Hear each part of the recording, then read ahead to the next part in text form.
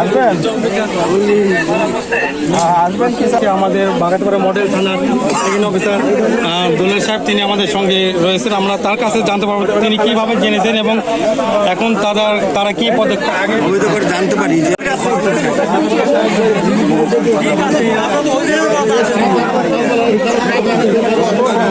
যেখান থেকে আইসে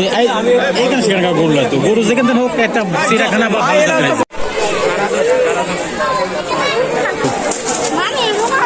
তো ধরো নেওয়া যাবে।